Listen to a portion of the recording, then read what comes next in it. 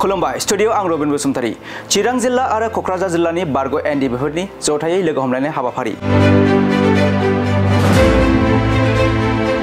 चिरां जिल्लानि सिङाव थानाय 14 नं निसिमा बियाबनि खयला मैला ब्लक इउपिपिएलनि मावख'आव जथायै चिरां जिल्ला आरो कक्राझार जिल्लानि बारग' एनडिबिफोरा लोगो हमलायनाय हाबाफारिखौ दिनै खुंफुंलाङो।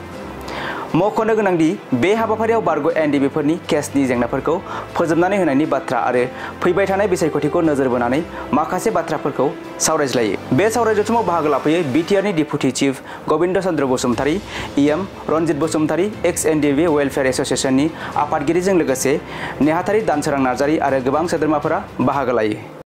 एनडिबि एक्स एनडिबि वेलफेयार एस'सिएशन हिसाबै जों साना जे एक्स एनडिबिनिफ्राय फैनाय जों दा एक्स जाना थानाय मानसिफ्रा जोंहा मावनांगौआ जोब्बाय होननानै मोनसे समाव जोङो मोनसे डिसिप्लिनजों जोङो आफादखौ सोलिलायदोंमोन बा दावगालायदोंमोन। बेयो हारिनि थामोनथा आरो हारिनि मान इज्जतनि थाखाय आरो बर' हारिखौ गादबनाय सोबख'नाय नासयनायनिफ्राय उदांस्रि जोङो माबोरै बारग'नो हायो बेनि थाखाय। खिन्थु उदांस्रि होननाय लोगो लोगोनो बे नङा टेरिटरियेल उदांस्रिनि बाथ्राखौ आं बुंदों। माने सासे मानसिया गणतन्त्र मोनसे देरसिन हादोराव उदां हिसाबै उदां बार लानो मोननायानो बा हानायानो बे मानसिनि मोन्थाय बा गणतन्त्रनि मोनसे होनाय फिथाइ। नाथाय बेखौनो दिनै सोरबाया होनो नागिरै नोंनि जाहोनाव जोंनि सोमावसारनाया जोनोम जादोंमोन। आरो दिनैबो जों सानै एक्स एनडिबिफोरा जोंहा मावनांगौआ जोबाखै। गावनि हारिनि उदां अख्राङाव उदाङै बार लानायनि थाखाय गावनि समस्त दंनाय मानिखौ बिमा बिफा बिसि फिसा गावनि धन सम्पतिखौ नस्थ' खालामनानै सेक्रिफाइस खालामनानै जों जुदि हाग्रायाव थांनानै हारिनि थाखाय सांग्राङै दावहा नांनो हादोंब्ला दिनैबो जोङो दावहा नांनो हानांगोन। आरो बे दावहाया जोङो मेलेमनि दावहा जानांगोन, जायखौ जोङो इन्टेलेक्सुयेल वार मा होनगोन जोङो बे वारआ सफिस्टिकेटेड वार मोनसे जे खर'नि दावहायाव जोङो दिनै बर' हारिया जेननो थांगासिनो दङ नामा? बर'आ खोब गोजाम मोनसे हारि, फ्राय 7,000 बोसोर जोङो रायजो जाबोनाय मोनसे हारि आरो बर'खौ सुथुरफ्रा गाग्लि फोजोबनो नागिरदोंबाबो दिनैसिम रावबो फोजोबनो हायाखै। खिन्थु बबेबा बिथिङाव जोङो लोरबां जालांदों। बे लोरबां जानायखौ बोखांनायनि थाखायनो दिनै एक्स एनडिबिफ्रा ज' जानानै एक्स एनडिबि वेलफेयार एस'सिएशनखौ दानाय जादों। आरो बे थांखिजोंनो जोङो ग्रिन रिभलिउसन आरो इन्टेलेक्सुयेल मा होनो मरेलि इन्टेलेक्सुयेल रिभलिउसन लाबोफिननायनि थांखिजों जोङो जोंनि गेजेराव सांग्रांथि लाबोनाय खौसेथि लाबोनाय थांखिजों सम सम जोङो जिरायलायबाय थायो। बर' हारिया माबेयाव बिथिंजों थांगासिनो दङ, सोर सुथुरा बर' हारिखौ फोजोबस्रांनो नागिरदों, बेखौ जोङो जोंनि गेजेराव सांग्रांथि लाबोनानै हारिनि गेजेराव माबोरै जोङो बे बुस्थुखौ फोसावनो हागोन बे बेलायैनो जोङो सावरायलायनाय जादों। आरो बे थांखिजोंनो ओंखाम बोथिसे जालायलायनानै क'क्राझार जिल्ला आरो चिरां जिल्ला जथायै निसिमायाव थानाय जोंनि एक्स एनडिबि वार्कारफोरखौ लाफानानै आरो एनएलडिबि बिथांमोननिखौ लाफानानै जों जयै ओंखाम बोथिसे जानायनि हाबाफारिखौ लानाय जादों। जों दिनै एक्स एनडिबि वेलफेयार एस'सिएशन हिसाबै क'क्राझार जिल्ला आरो चिरां जिल्ला मोननै जिल्लानि दैदेननायाव नैबे निसिमा समस्तिनि सिङाव थानाय बिटिसि बिसायख'थि बेखौ लानानै जोङो एक्स एनडिबि हिसाबै जों दिनै सावरायलायदों। आरो बिटिसिआव जिहेतु दिनै बा बिटिआरआव इउपिपिएल हान्जानि दैदेननायाव प्रमद बर' चिफ बिथां आरो लोगोसे गबिन्द चन्द्र बसुमतारी बसुमतारीनि डेपुटि चिफ बिथांनि दैदेननायाव दिनै सरकार सालायबाय थादों। आरो बेवहाय थांनाय समाव जोङो एक्स एनडिबि हिसाबै जेसेबांखिनि जोंनि सोद्रोमाफोर दं जोङो बिथांमोनखौ जों सापर्ट खालामनानै जों खामानि मावबोदों। आरो फैबाय थानाय दिनावबो बिथांमोननि दैदेननायावनो चिफ डिपुटि चिफ बिथांमोननि दैदेननायावनो जोङो इउपिपिएल हान्जा हिसाबै जेसेबांखिनि जोंनि एक्स एनडिबिनि मावथिफोर दं, जायफ्रा दिनै पलिटिकेलि बिबान लानाय समाजखौ दैदेननो थाखाय बा हारिखौ दैदेननो थाखाय जौगानायनि थाखाय समाजनि थाखाय खामानि मावनो जायफ्रा देहा गोसो दङ बिथांमोनखौबो स्कप होनांगौ। आरो बे हिसाबै जों दिनै सावरायलायदों। आरो लोगोसे जोंहा बिथिं क'क्राझार, चिरां आरो बाक्सा, उदालगुरि बेवहाय मोनब्रै मोनबा जिल्लायाव जिहेतु जोंहा माने इउपिपिएल हानजा हिसाबै जिहेतु जिल्लाफोर दङ आरो बेवहाय समस्तिफोर थानायाव एक्सएनडिपि वेलफेयार एसोसिएसननिफ्रायबो दैदेनगिरि बिथांमोननोबो स्कप होनांगौ होननानै जोङो मोनसे रिजल्युसन पास खालामदों आरो बे रिजल्युसनखौ जों दा बावैनो माने इउपिपिएलनि दैदेनगिरि मानव गेदेर माने चिफ आफादगिरि इउपिपिएलनिनो बिथांनिसिम जोङो गांसे गोसोखांलाय जोङो होगोन आरो मेम'रेन्डाम होगोन आरो जों आसा खालामदों फैबाय थानाय दिनाव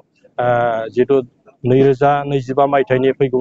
सेप्तेम्बर मासाव जि बिसायख'थि जानो थांगासिनो दं बेवहाय जोंहा चिरां क'क्राझारजों लोगोसे आप टु गहपुरसिमहालागै जि बारायलांबाय जोंहा सिमाया दिनैहाय बारायलांबाय नाथाय गहपुरसिम बारायलाङोब्लाबो दा जोंहा 60टा समस्ति जानांगौमोन नाथाय टेक्निकेलि जोंहा पार्लियामेन्टआव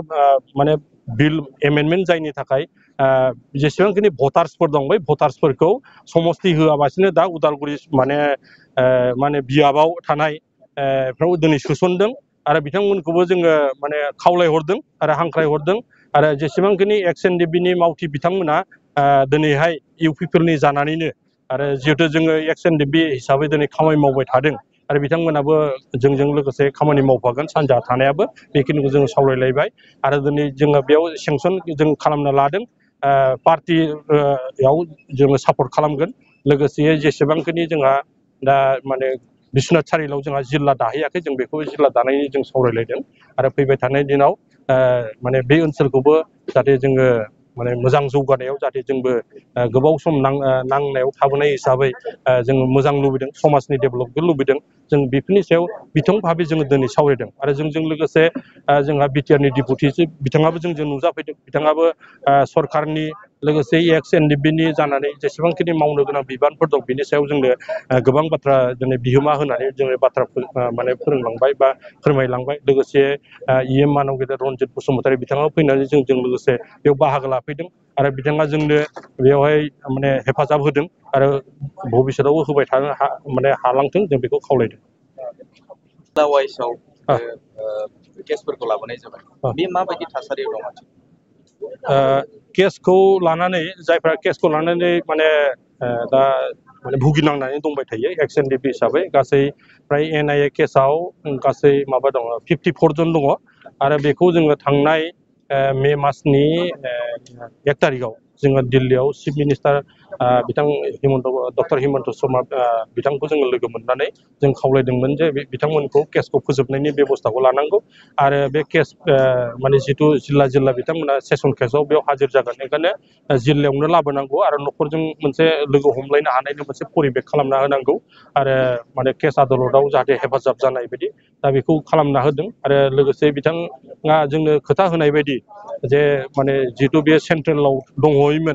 माने एनआइनि केसा जोंहा सेन्ट्रेल माबायाव सुप्रिम कर्ट थाङो ओंखायनो बेखौ आसामाव लाबोफिनबाय हाइकर्टआवनो लाबोबाय दा हाइकर्टनिफ्राय स्टेटनिफ्राय दा माबायाव हरदों माने सेसन कर्टआव हरदों डिस्ट्रिक्ट सेसन कर्टआव दा बेखौ माने दा फोजोबनायनि बेबस्था खालामनानै दा हाजिरनि बेबस्था खालामदों आरो बेबायदियैनो साफा साफायै अबेबा सानै बेबायदि लांनानै जिल्ला टु जिल्ला दा माने मोनफ्रोमबो सेसनाव लांनानै केसखौ फोजोबनायनि प्रक्रियाखौ दा खालामदों बेनिफ्राय आरो बिनि अनगायैबो जोंहा गासै 6 जन